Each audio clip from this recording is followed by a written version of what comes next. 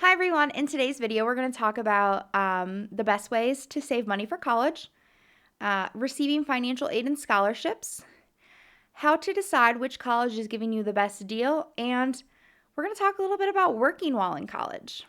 What is a good way to save money in college? If you know, let me know. Um, I think from a student standpoint, the best thing you can do for yourself is not spend money on textbooks that you don't have to. Rent your textbooks, buy used textbooks, things like that will greatly improve your financial situation, as well as remembering that there is food at home. A good way to save is every time you want to spend, let's say you want to go buy a $30 whatever, put 15 towards that item and 15 in your savings. And then every purchase like that, try to match whatever you're spending into your savings and just have a little bit of patience, and then you'll get whatever item you want. Next thing you know, you'll have $500 in the bank saved up. I think a good way to save money for college is to commit to a pretty hands-on job the summer before you go. I found myself preparing a lot for college, applying to college, doing a lot of things that took up a lot of time, especially during my senior year, which meant I didn't have a lot of time to work and to build up that money that I would need to survive. So the summer after I graduated from high school, I actually decided to take a job as a camp counselor, which ended up being really fun for me, but also ended up being, 30 to 40 hours a week where I was able to save up that money, really stockpile some funds before I got to college without sacrificing any of the things that I wanted to do or needed to do, whether in school or outside of school, to prepare for college during my senior year. I received the Freshman Academic Scholarship from BGSU, and that comes directly from your ACT scores. So I scored a 26 on my ACT the first time, and that qualified me for $3,500 per year, as long as I maintain my grade point average throughout my 4 years at BGSU for scholarships. Also, later on down the road, I applied for an education scholarship through the College of Education, and I don't remember how much that was, but I applied for that my junior year and got it, and then you can reapply because it was a renewable scholarship, and I actually received it again for my senior year. So I did for my first few semesters, but ultimately I lost my scholarship after I had a really tough semester and dropped my GPA just below what I needed it to be. So I had it for the first 3 semesters, and after that it was all me. When I was in high school, I tried really, really hard to get good grades and get involved in a lot of community service and leadership opportunities. And because of that, I am fortunate enough to have received a few scholarships through Kent State, which I had to apply for. I applied for them when I was a senior in high school. And I got some of those, which really helps with the cost of college, because as you know, college can be really expensive. I'm also an RA, which is a resident assistant. So I live here in the halls, as I mentioned. I'm an upperclassman, which means I've been here a few years. I'm not like a new student, and I live on the hall, and I act as a resource for younger students. So I live in a freshman dorm, and I'm a junior in college. And so if anyone needs anything or they're new to campus and they don't know where to go, basically they come to me. And I tell them where to go, and I help them with different resources or anything they really need. And I also help to uphold policy. So, if they're breaking the rules, if they're doing something they shouldn't be, I'm kind of the person they have to answer to. And that's part of my job. And Kent State is one of the universities that allows me to live on campus here, in Kent, Ohio for free for being an RA. And so that is part of how I pay for my college education. I did receive a lot of scholarships and financial aid.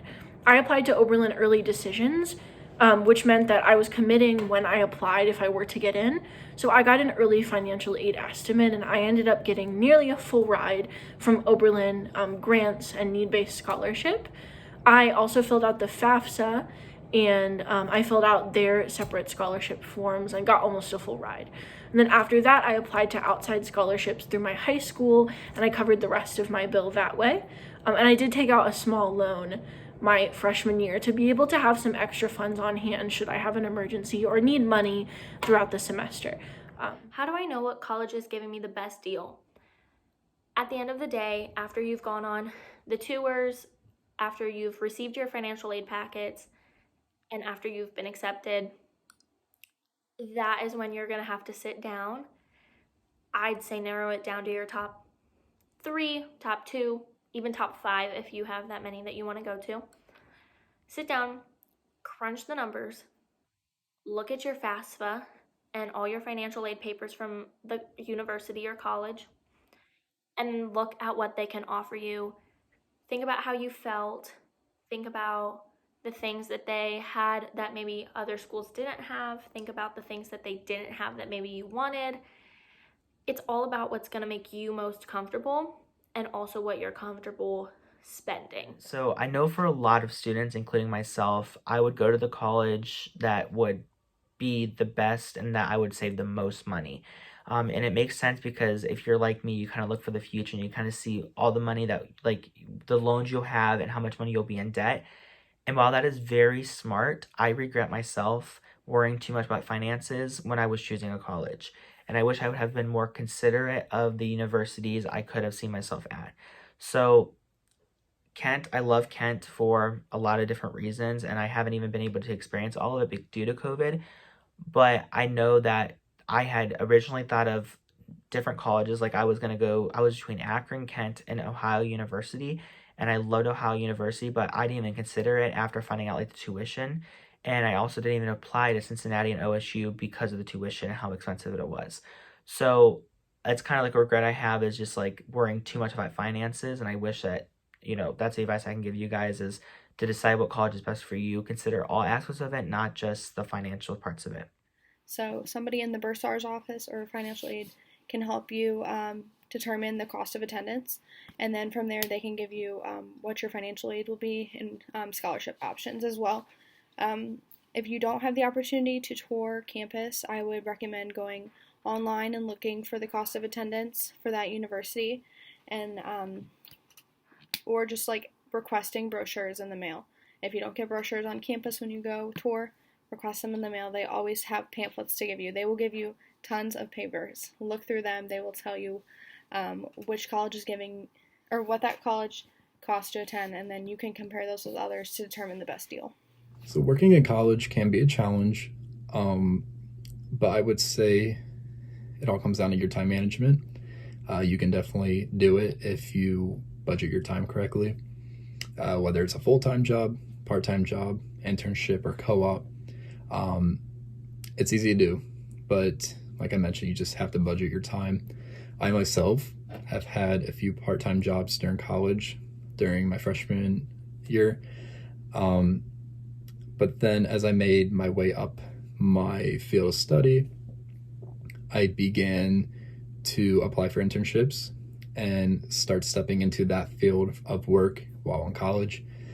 And something I'd like to point out, if you work your freshman year and sophomore year of college, those are years where you're still kind of learning how to build skills and adapt to different work environments. So you could use that for your resume when you go into your junior year, which is the typical year for your internships.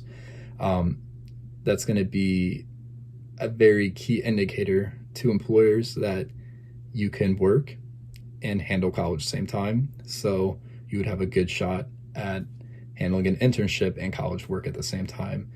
So it will really help you, not only in your college experience, but in the future as well, just developing different skills, and of course, earning money.